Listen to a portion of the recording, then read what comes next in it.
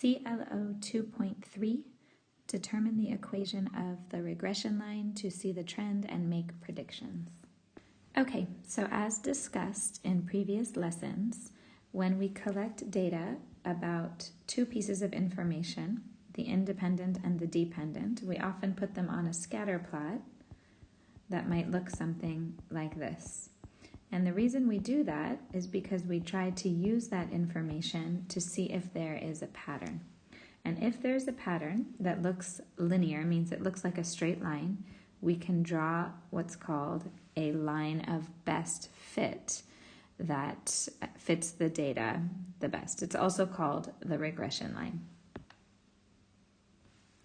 Okay, so here's another example of a scatter plot, and given in this scatter plot is the line of best fit, or the regression line, and the regression equation.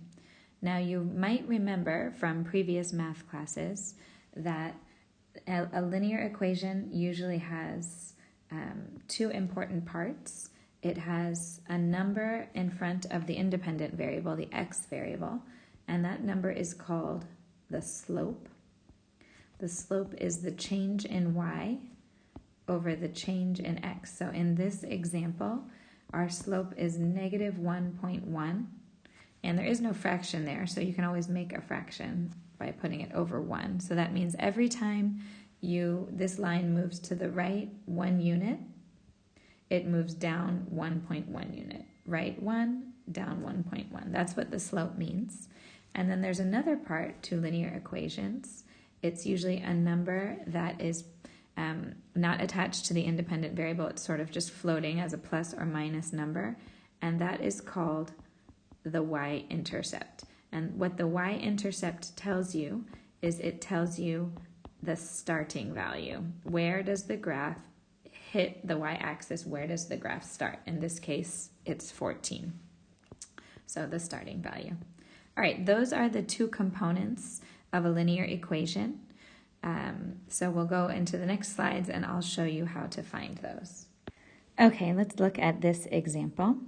It says a researcher found a strong relationship between the number of hours studied for a math test and the grade received on that math test, which is very likely. You can see there would be a relationship.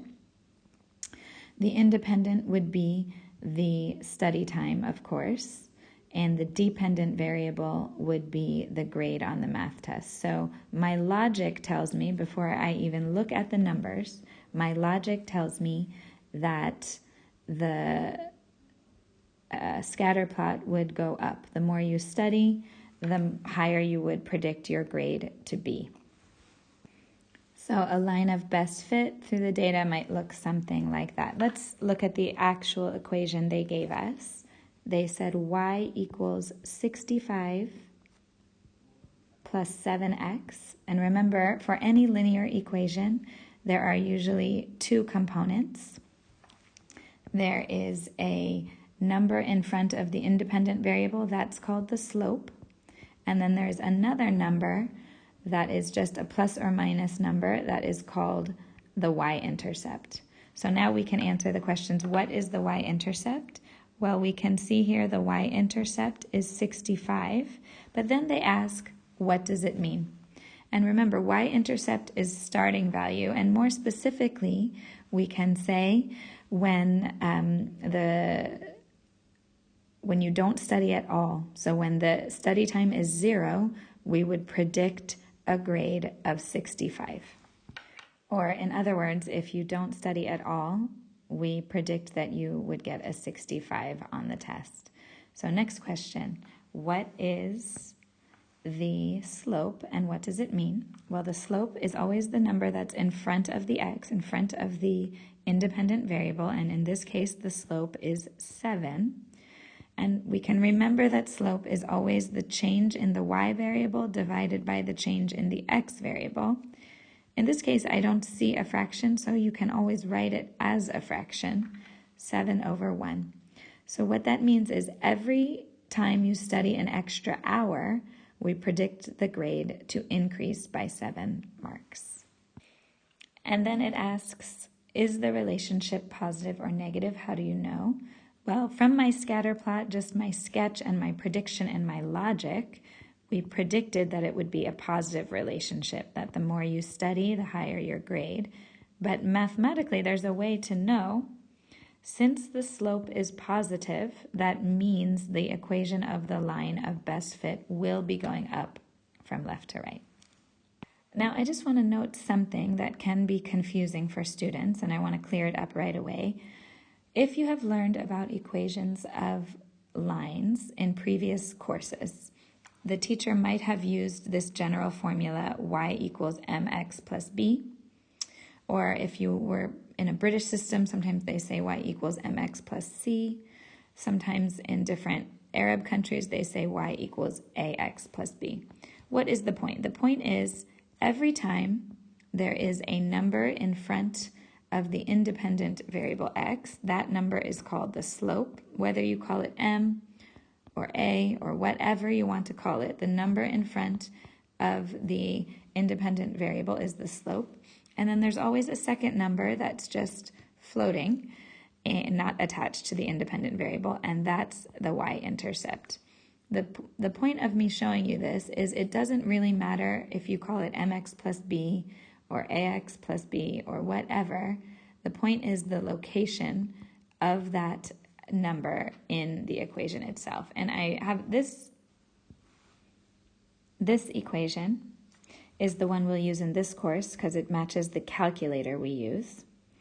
And you can see a, according to this equation, is the floating number not attached to the independent variable, so that's called the y-intercept.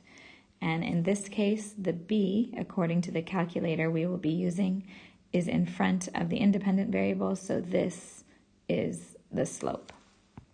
So again, to repeat, according to the calculators we will be using, the letter a plus bx, a is going to be the y-intercept, and the b we will find will be the slope. Now you can see this very complicated formula. Fortunately for us in this course, we don't need to actually use it. We let our calculator do it for us. So I'll explain in the next slide how we find those two numbers.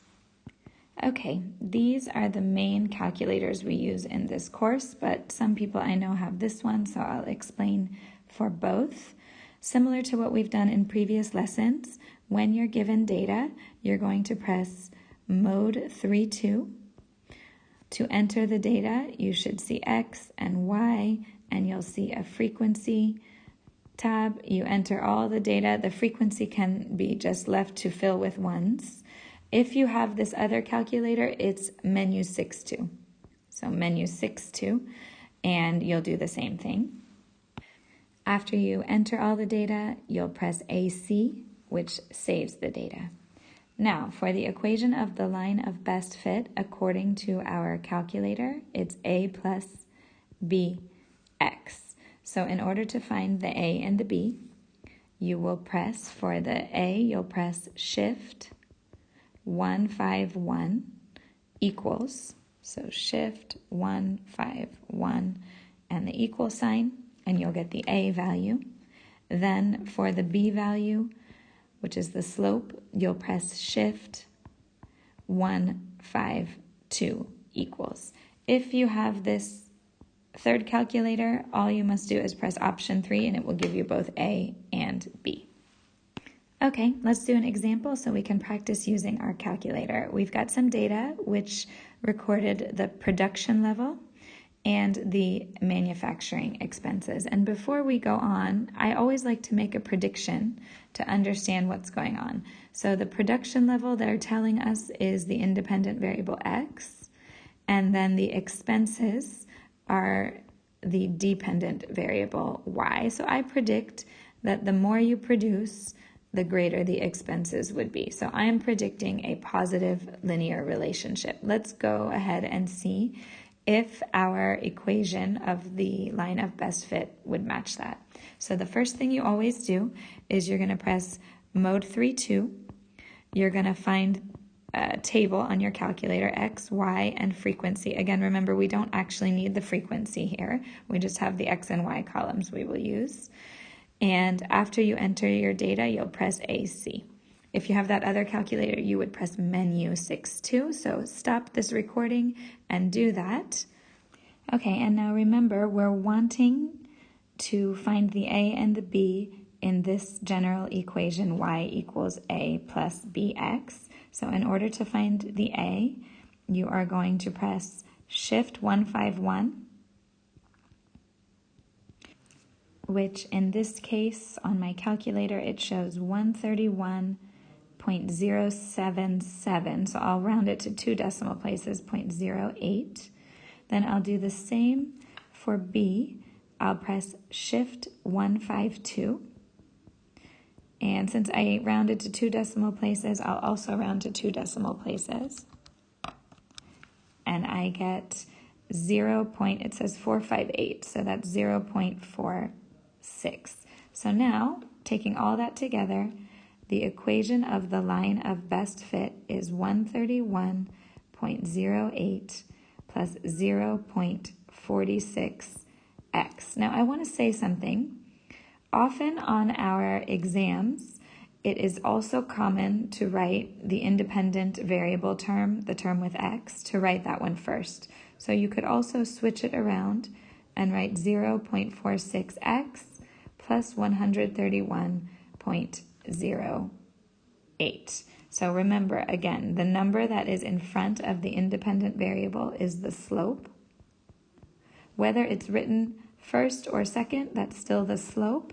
And the number that is not attached to the independent variable, it's sort of floating as a plus or minus term, that's the y-intercept. So either way you write it, those are equivalent. Okay, here's another example. It was data which was collected measuring the temperature and the sales of a company. So they must have a kind of company that sales get affected by temperature. Well, I'm actually not sure what they're selling, so it's hard for me to make a prediction. So I'm going to go ahead and graph this scatter plot. And here's a pretty graph. It looks like, according to the graph, a negative linear relationship. That's what it looks like. And so I don't know, maybe it's a company that sells winter coats. So when the temperature gets hot, nobody wants to buy winter coats, which makes sense. So if we wanted to find the regression equation, again, you're going to have to start by pressing mode 3-2, or if you have the other calculator, option 6-2. You're going to enter the data in the X and the Y columns. You can just let the frequency column kind of fill itself up with ones. Then you press AC to save the data. And then in order to find the A and the B in the equation, y equals A plus bx, you are going to press, for the A, Shift 151. And for the B, you are going to press Shift 152. If you have that other calculator, you just press option 3 and it will show you what A and B are. So stop this recording and do that. So we get y equals 246.32 minus 6.97x. So if we're going to interpret what these things mean, this is the y-intercept. It's the starting value. You can see that looks about right, which means if the temperature is 0, we would predict the sales are about 246.32. And the slope here is minus, which we would predict a negative slope since the graph is going down from left to right. So we predict for each increase in temperature by 1 degree, the sales will go down by 6.97. Now you might be wondering, why do we care? Why do we care about finding the equation of the line of best fit? So we have some scatter plot. We find the equation of this line. Why do we care? And the reason we care is we will use that line to make predictions. So for example, if we have some independent variable, we will be able to use this line to predict what we would expect from the dependent variable. Now there's two things that have to occur in order for the prediction to be reliable. First of all, the data needs to fit closely to a line, so there needs to be a strong relationship. We want it to be a strong relationship, so close to 1 or -1. And we really only should make predictions that are close to the given data. So if we have data, these dots on the scatter plot, we can make predictions that are close to these dots. It wouldn't be very reliable to predict something way out here because we really can't be sure that the regression equation fits for data going that far away from the given data. So in order for the prediction to be useful and good, we want a strong relationship, the dots close to a line, and we can make predictions that are within the range of the given data, close to the given data that was used to make the equation. Okay, here is the same example we did in the previous slide. Now we're going to use that example and the equation of the line of best fit that we found to make predictions. So from the previous slide, the equation was 0.46x plus 131.08, and now it's asking us to predict the manufacturing expenses y if the production level x was 50,000 units. Now remember, the units are already in thousands, so they're saying x equals 50,000. So 40,000, 42,000, 48,000, 50,000. So you would just plug that number into the equation, 0.46 times 50,000 plus 131.08, and we would make our prediction for the expenses, and we would get 154.08 thousand dirhams would be our prediction. Okay, here is part B of the same data, same question. So we'll use that same equation of the line of best fit that we found in the previous slide. Okay, and let's read what the question is asking. The company wants to keep the manufacturing expenses, so they're giving us the Y value. How many units can they produce? So they're saying if Y is 175, so we'll plug that in there. Then we need to figure out and predict what X should be. So this is a little bit more complicated. It's going to involve a little bit of algebra. We need to solve for X. So hopefully you all remember from your previous algebra courses the steps to take to find X. First, we will try to remove this minus 131 from both sides. So we will get 43.92, and that equals 0.46x. And now we just want to isolate x fully, so we will divide both sides by 0.46.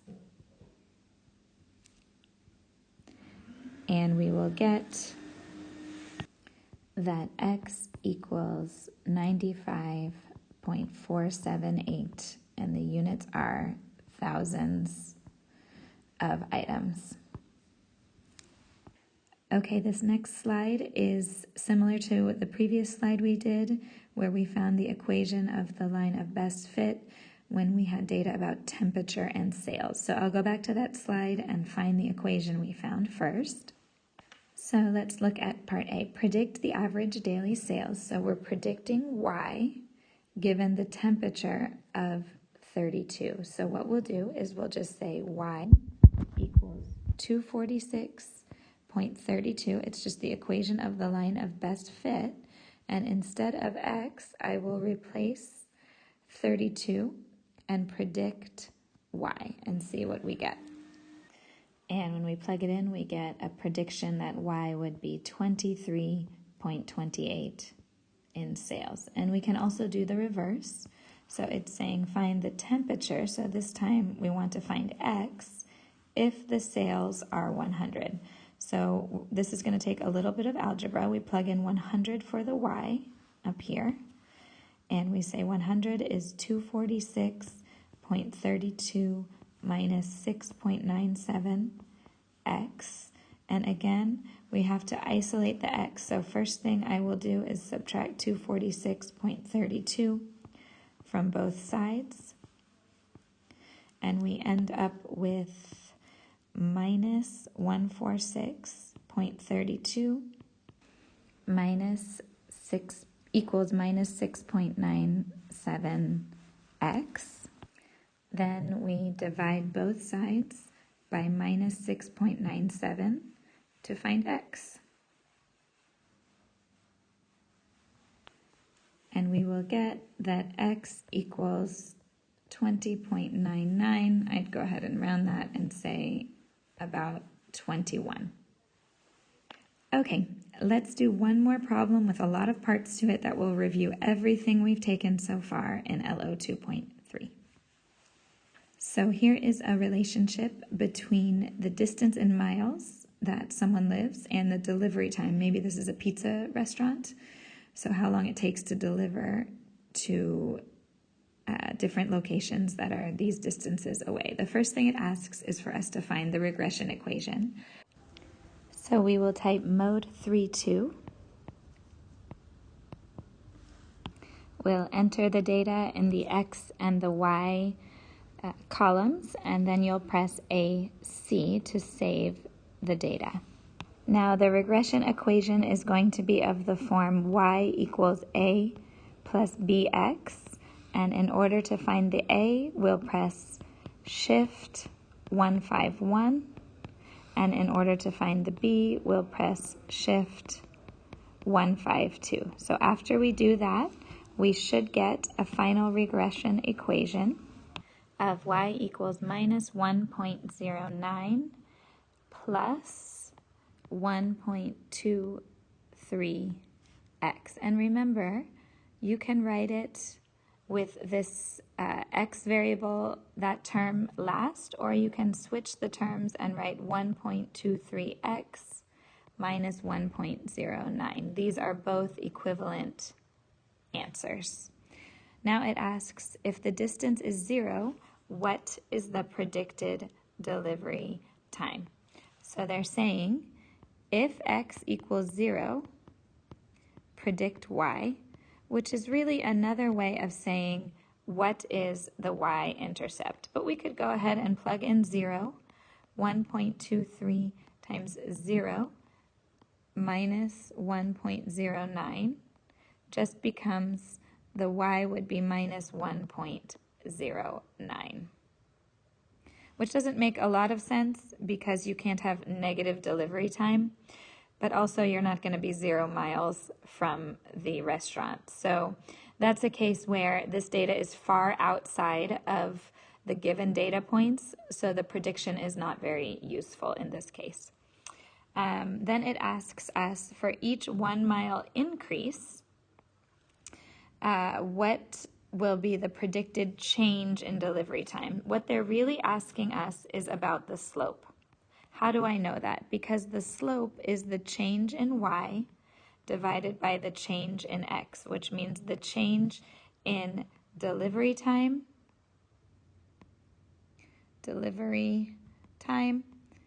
for every change in distance. So every time the distance changes by 1, the delivery changes by 1.23. So 1.23 minutes increase for each increase of 1 mile in distance. Every time you are 1 mile farther away from the restaurant, we would predict that the delivery time is 1.23 minutes longer. Okay, there's a few more questions related to this question, so I'm going to switch slides, but I will copy this regression equation that we calculated, 1.23x minus 1.09. This is what we had in the previous slide, so we'll use that to answer some more questions. Okay, firstly it says if the distance is 12 miles, that's the x, predict the delivery time y. So again, we'll just plug in x equals 12. y equals 1.23 times 12 minus 1.09, and we will get an answer of 13.67, and since we're predicting y, that's minutes. So if someone lives 12 miles away, we predict the delivery time will be 13.67 minutes. Okay, next one is similar. If the distance is 20 miles, predict the delivery time. All right, so here's what we'll do. We'll say y equals 1.23 times 20 miles minus 1.09. And we get a delivery time of 23.51 minutes in this case. I spelled minutes wrong. Minutes in this case.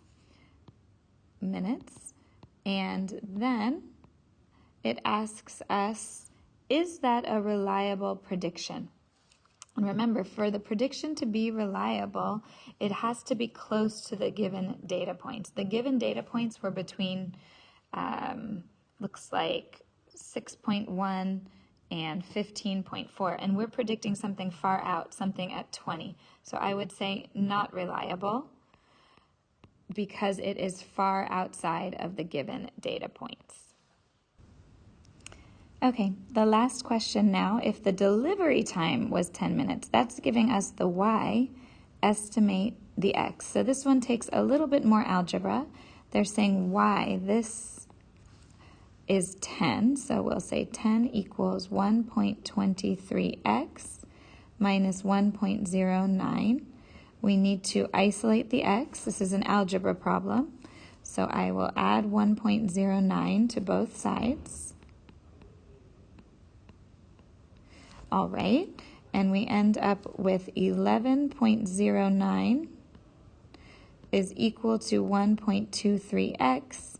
And now in order to isolate the x, I'll divide both sides by 1.23. And that should give me a predicted delivery time, a predicted distance of, now my calculator says 9.01, so I'll just kind of round that and say 9 miles. So if the delivery time took the driver 10 minutes, we predict that the distance the driver traveled was 9 miles. Okay, that's a review of all the ideas of LO 2.3.